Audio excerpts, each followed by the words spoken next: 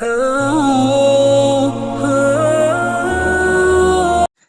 वालेकुम। एक बार फिर पॉलिटिकल बात असल में ये है कि जब से एमआईएम ने उत्तर प्रदेश में 100 सीटों पर विधानसभा का चुनाव 2022 में लड़ने का ऐलान किया है, तभी से उत्तर प्रदेश में समझ लीजिए जो सेकुलर पार्टियां हैं उनके मन में एक बहुत बड़ा खौफ पैदा हो गया है। एक भूचाल सा पॉलिटिकल पार्टियों के अंदर आ गया है और वो आए भी क्यों ना, क्योंकि एमआईएम का लगातार 2014 के बाद से अगर देखा जाए तो पॉलिटिकल ग्राफ बढ़ता ही रहा है। कहाँ असदुद्दीन ओवैसी सिर्फ हैदराबाद में अकेले जीता करते थे, लेकिन अब फिर औरंगाबाद में 2019 में उनके एक और सांसद जीत गए और उसके बाद जो है फिर विधानसभा में बिहार में जबरदस्त तरीके से उनको कामयाबी मिली। 5 विधानसभा सीटें जीती 19 में से। और उसके बाद बड़ौदा जो है, आप देखें बड़ौदा जो गुजरात का है, वहाँ पे भी उन्होंने जो है नगर निगम के चुनाव में बहुत ही अच्छा किया है। और इसके अलावा भी बहुत सारी जगहों पर चुनाव लड़े हैं और जहाँ पर चले झारखंड के तरफ चुनाव लड़े हैं, भले वोट ना मिला, भले मतलब कोई सीट ना मिली हो, लेकिन अच्छा खासा उन्हें वोट मिला है। तो लाजमी है कि उत्तर प्रदेश में मुसलमानों की 19.2% की आबादी है, तो एमआईएम का अच्छा खासा रसूख है। क्यों, हालांकि ये कोई नई बात नहीं है, 2017 में भी एमआईएम यहाँ पर आके लड़ चुकी है, लेकिन 17 में और 21 में बहुत ज़्यादा फर्क आ चुका है। जो वैसी 17 में थे अब वो वैसे 21 में नहीं रहे हैं। उनका पॉलिटिकल जो ग्राफ है वो लगातार उठता जा रहा है, इसलिए उनके अंदर जो है गजब की एक समझ लीजिए कि मतलब जो युवा लोग हैं, जो यंग लोग हैं, खास तौर से मुसलमानों में तो उनकी बहुत पकड़ हो गई है। तो अब सवाल इस बात का उठता है कि अगर एमआईएम लड़ती है तो क्या जो सेकुलर पार्टियां सपा, बसपा और कांग्रेस इसके लिए खतरे की घंटी है? तो बिल्कुल खतरे की घंटी है, इसमें तो कोई दो राय नहीं है कि खतरे की घंटी नहीं है। और सवाल इस बात का पैदा होता है कि खतरे की घंटी क्यों ना बजे। 2007 से लेकर 2012 तक जब बसपा शासन में थी, उसने मुसलमानों के लिए क्या किया वो बताए। एक ऐसा काम कि जिससे मुसलमान 2021 में भी फायदा उठा रहा है। सरकार, उस मुसलमानों ने वोट किया, सबने वोट किया, लेकिन मुसलमानों ने बढ़ चढ़ के वोट किया और जिसकी वजह से 2017 में जो है वो सत्ता में आ गई सपा बीएसपी, बहुजन समाज पार्टी। तो सवाल ये है कि उसने 5 सालों में क्या किया? कोई बुनियादी काम, साइकिल दे देना, 15,000 रुपया दे देना, 30,000 रुपये का ऐलान कर देना, ये कोई बुनियादी काम नहीं होता। बुनियादी काम उसे कहा जाता है जिससे लंबे अरसे तक जो है कौन फायदा उठाए। तो ऐसा कोई काम जो है बसपा ने नहीं किया। बीएसपी की भी बात आती है और बसपा एक बार नहीं सीएम बनी है, बल्कि कई बार मायावती सीएम बन चुकी हैं, लेकिन उन्होंने कुछ भी नहीं किया। अखिलेश यादव और मुलायम सिंह यादव की बात कर लेते हैं। 2017 से 12 से लेकर 2017 तक वो सीएम रहे। जैसे ही सीएम बने, मुजफ्फरनगर में जो है दंगे हो गए। और दंगों में क्या हुआ कि दंगों में जहाँ पे जानी और माली बहुत तरीके का नुकसान हुआ, उसी के बाद जो है बहुत तरीके की गिरफ्तारियां हुई, सब कुछ हुआ। जहाँ पर ये भी बात थी कि जहाँ पर लोग रह रहे थे, शेल्टर होम में, जैसे कि कोई कोई मड़ई डाल के रह रहा था, कोई प्लास्टिक घेर के रह रहा था। ऐसे में ठंडे में जब लोग ठिठुर रहे थे, ऐसे में समाजवादी पार्टी सफाई में उत्सव मना रही थी। अगर आप गूगल पे देखना चाहें तो आपको मिल जाएगा और स्क्रीन पर भी ये आपको नजर आ रहा होगा। तीसरी बात, अगर हम बात करें कांग्रेस की, तो कांग्रेस ने भाई उसे तो बताना चाहिए कि इस आज़ादी के वक्त मुसलमान कितने परसेंट जॉब में थे, आज कितने परसेंट जॉब में हैं। उस वक्त कितने परसेंट पढ़े लिखे थे, आज कितने परसेंट पढ़े लिखे हैं। क्यों हमारी हालात सबसे खराब हैं? क्यों पर कैपिटा सबसे कम हम लोगों का है? क्यों जो है पढ़े लिखाई में हम बहुत पीछे हैं? और भी बहुत तरीके की दिक्कतें हैं हमारे यहाँ, तो क्या बताया जाए। आगे बढ़ते हुए तो भाई तीनों हैं, तो ऐसे ऐसे में अगर असदुद्दीन ओवैसी ये सारे सवालात पूछते हैं तो जाहिर है कि अटैच करते हैं, वो मुसलमान नौजवानों को अटैच तो करते ही हैं। अब सवाल इस बात का, बहुत से लोग कहते हैं कि बीजेपी के एजेंट हैं क्या ये भी एक सवाल है।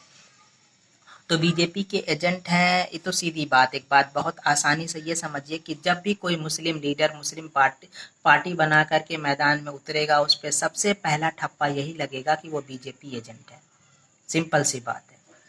ये बात तो जहन में अपने गठिया लीजिए कि सबसे पहला पीस पार्टी भी जब आई, डॉक्टर अयूब ने 2008 में चुनाव, जब वो पार्टी बना के चुनाव लड़े 2012 विधानसभा में, तो उनके साथ भी यही कहा गया कि बीजेपी के एजेंट हैं। बाकायदगी से दिग्विजय सिंह ने जो है इशारों इशारों में डॉक्टर अयूब को बीजेपी का एजेंट कहा था। अब सवाल इस बात का पैदा होता है कि बीजेपी का अगर एमआईएम एजेंट है तो बीजेपी जो है नगर निगम का चुनाव लड़ने खुद हैदराबाद में गई, यानी असदुद्दीन के गढ़ में, यानी अपने ही एजेंट के खिलाफ लड़ने गई पहला, और बहुत अच्छा परफॉर्म किया, वो भी आपको अपनी स्क्रीन पर नजर आ रहा होगा। उसके अलावा भी बहुत सारे जो है मैं आपको प्रूफ देता हूँ कि 2017 के चुनाव जब हुए थे बिहार में, सॉरी उत्तर प्रदेश में, तो उत्तर प्रदेश में 37 ऐसी सीटें थी जहां एमआईएम ने लड़ा था। उसकी कुछ सीटों का मैंने ब्यौरा निकाला है, लगभग 10 सीटों का, जहां पे एमआईएम लड़ी और बीजेपी जो है 8 सीटों पर सपा जीती और 2 ही सीटों पर बीजेपी जीती है। मैं उसका नाम आपको बता देता हूँ। विधानसभा सीट है सहारनपुर नगर, जहाँ पे सपा जीती, भाजपा हारी, तीसरे नंबर पे बसपा थी, 5वें नंबर पे एमआईएम थी। कैराना सपा जीती, भाजपा हारी, रालो तीसरे नंबर पे थी, एमआईएम 5वें नंबर पे। नजीबाबाद सपा जीती, भाजपा हारी, बसपा तीसरे नंबर पे थी, एमआईएम 5वें नंबर पे थी। कांट भाजपा जीती, सपा हारी, बसपा तीसरे नंबर पे थी, चौथे नंबर पर एमआईएम थी। संभल सपा जीती, भाजपा हारी, एमआईएम तीसरे नंबर पे थी, बसपा चौथे नंबर पे थी। तो ये फिलहाल मैंने सिर्फ आपको 4 ही ब्यौरे दिए हैं। अगर आप चाहें तो 37 विधानसभा का रिजल्ट अगर चाहें तो गूगल पे आपको मिल जाएगा। उसके अलावा 2017 विधानसभा में भी ये है कि उनको अगर हम बात करें कि सीटों में वोट में कितने हुआ, तो उनको 2.46%, कुल वोट का 2.46% वोट मिला था। तो ये कहना कि जो है, और दूसरी बात, एक और बात इसमें ऐड कर देना बहुत ज़रूरी है कि अब बिहार में कहा जाता है कि एमआईएम की वजह से बीजेपी और जो है जनता दल यूनाइटेड सत्ता में आ गई, तो ये बिल्कुल कोरी बकवास है। उसके पीछे वजह ये है क्योंकि इसे कहा जाएगा कि कहीं ना कहीं जो आरजेडी थी, राष्ट्रीय जनता दल के जो हेड थे, उन्होंने कांग्रेस को ज़्यादा सीटें दी और कांग्रेस उन सीटों को जीत नहीं पाई। उसका स्ट्राइक रेट खराब रहा, जिसकी वजह से जो है समझ लीजिए कि लालू की पार्टी सत्ता में नहीं आ पाई। एमआईएम जहां 19 में 5 जीतती है, वहीं कांग्रेस जो है लगभग ज़्यादा सीटों पर लड़ी और उसका स्ट्राइक रेट बहुत खराब था, जिसकी वजह से वो हार गई। जबकि वहां ये चाहिए था कि बिहार वाली सीट में जो है लालू यादव के जो बेटे हैं उनको ज़्यादा सीट लड़नी चाहिए थी और कांग्रेस को कम सीटें लड़नी चाहिए थी, जिसकी वजह से अगर ऐसा होता तो फिर वो जो है सत्ता में वापस आ सकते थे।